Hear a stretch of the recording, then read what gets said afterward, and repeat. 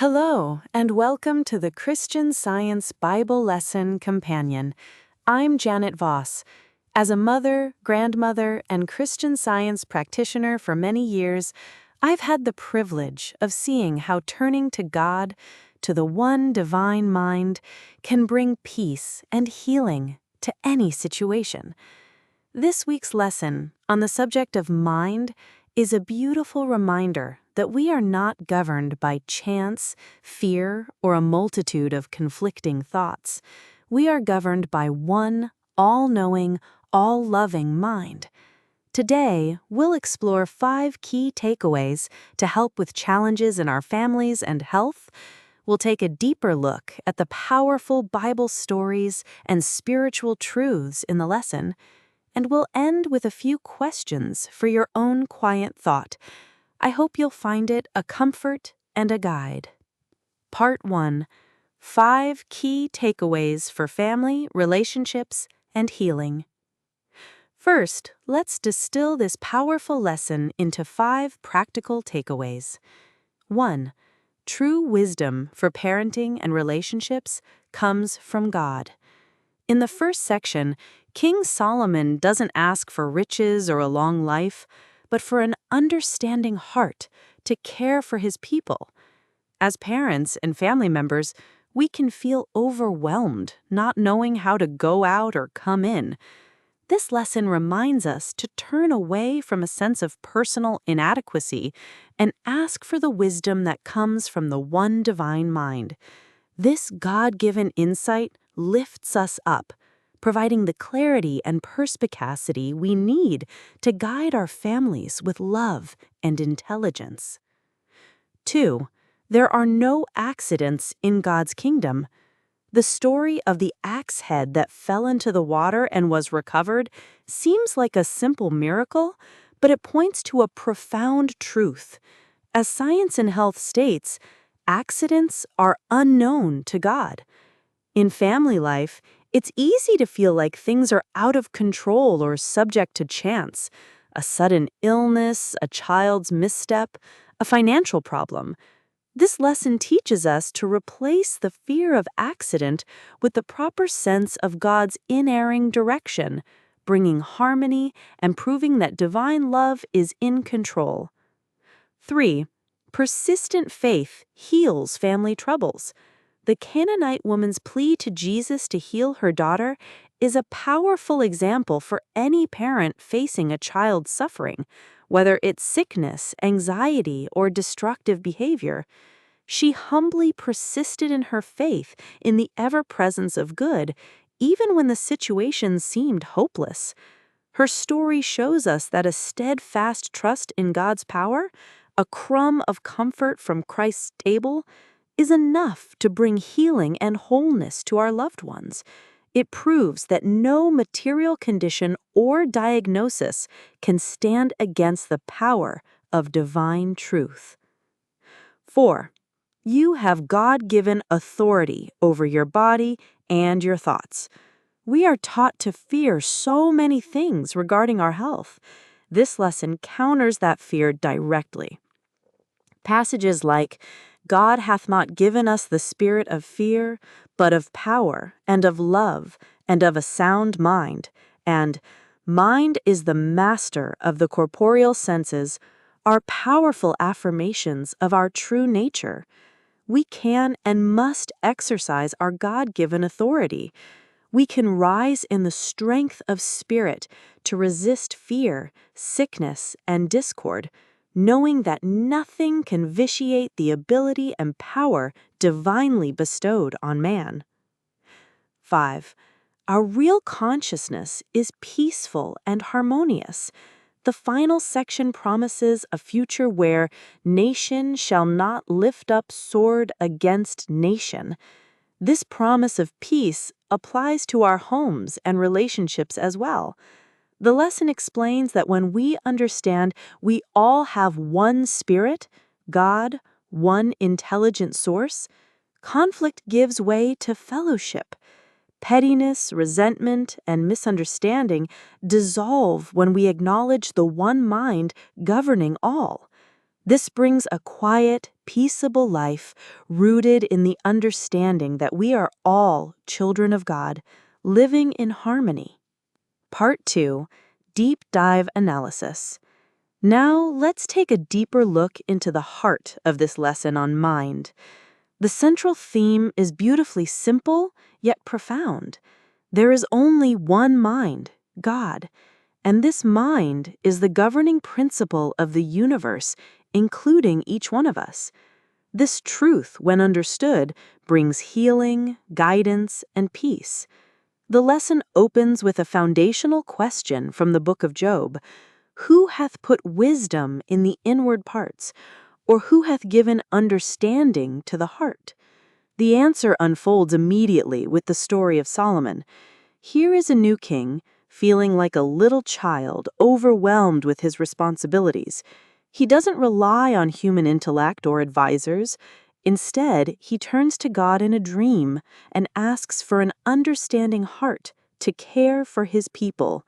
God is pleased with this selfless request and grants him a wise and understanding heart. This story is paired with passages from Science and Health that define mind as God, as the infinite source of all intelligence. The lesson shows us right from the very beginning that the wisdom we need in every aspect of our lives isn't self-generated. It's a gift from God, who is not separate from the wisdom he bestows. As we learn to listen for this divine intelligence, our latent abilities and possibilities are developed. Section 2 builds on this idea, showing us that the one mind has complete power over what we call material laws. The story of Elisha and the floating axe head is a perfect example. From a material point of view, iron sinks in water. It's a law. But Elisha, understanding God's power, reverses the situation. This isn't about magic, but about understanding a higher law. Science and Health calls such events miracles, defining a miracle not as a suspension of law, but as that which is divinely natural. The lesson explains that properties we assign to matter, like adhesion, cohesion, and attraction, are actually properties of mind. Now, that can feel like a big, radical idea, but it's also incredibly freeing. It means we don't have to be victims of material conditions.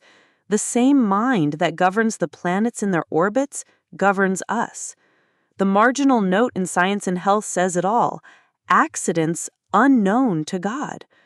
By uniting with the one mind, we can change the notion of chance to the proper sense of God's inerring direction, and thus bring harmony.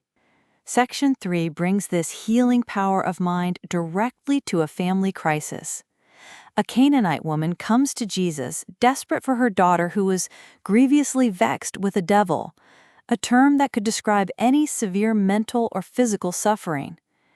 At first, Jesus seems to dismiss her, but her response is one of the most beautiful expressions of faith in the Bible. She says, "Truth, Lord, yet the dogs eat of the crumbs which fall from their master's table." She wasn't accepting a place of inferiority, but humbly and persistently claiming that even a small measure of God's truth is enough to bring healing. Jesus recognizes her great faith, and her daughter is healed in that very hour. The corresponding passages in Science and Health explain that disease is not an intelligent power that can fight against mind. It has no real authority. We are encouraged to exercise this God-given authority and take possession of your body, knowing that mind is the master. And Science and Health points out that the spiritual truths we use to pray about something like insanity are the very same truths we use for any other challenge, the understanding that matter cannot control or derange mind. In the fourth section, the lesson addresses the practical application of living under mind's government in a world that seems governed by material demands and human will. Jesus is confronted by the Pharisees with a political trap. Is it lawful to give tribute unto Caesar or not? Jesus' brilliant answer, "Render therefore unto Caesar the things which are Caesar's, and to God the things that are God's," lifts the question to a higher level. He acknowledges the human demands of the world, but insists on the supreme importance of giving our allegiance to God, to divine mind. Science and Health echoes this, urging us to consider whether it is the human mind or the divine mind which is influencing one. This section calls for single-mindedness, a clear and unwavering devotion to loving God with all our heart and with all thy soul and with all thy mind. This mental clarity and spiritual devotion are our protection in a confusing world.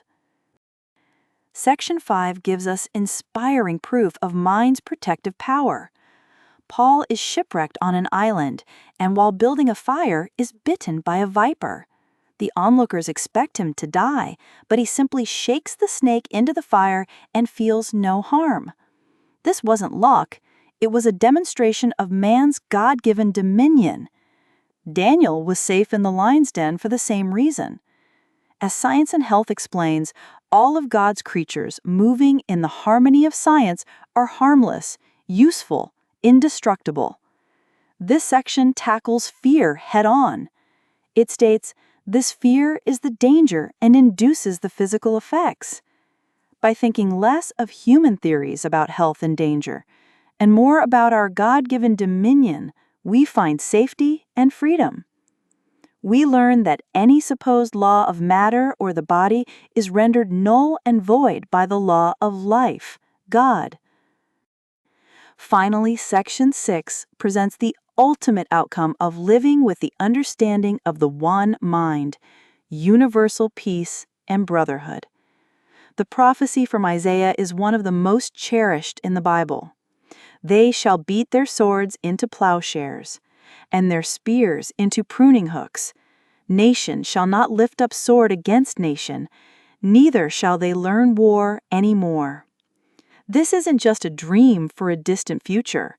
It begins in our own consciousness. Paul urges the Corinthians, "Be of one mind, live in peace." How is this possible? Science and Health gives the answer. All have one spirit, God, one intelligent source. When we truly accept that we reflect the one mind, there is no basis for conflict, envy, or misunderstanding.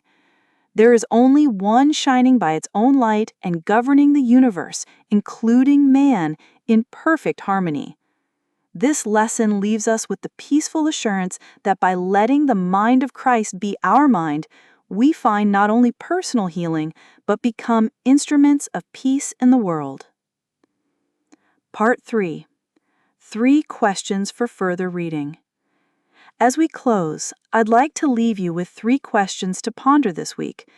They're designed to help you take these ideas from the lesson and apply them directly to your own experience. Solomon asked for an understanding heart instead of personal gain.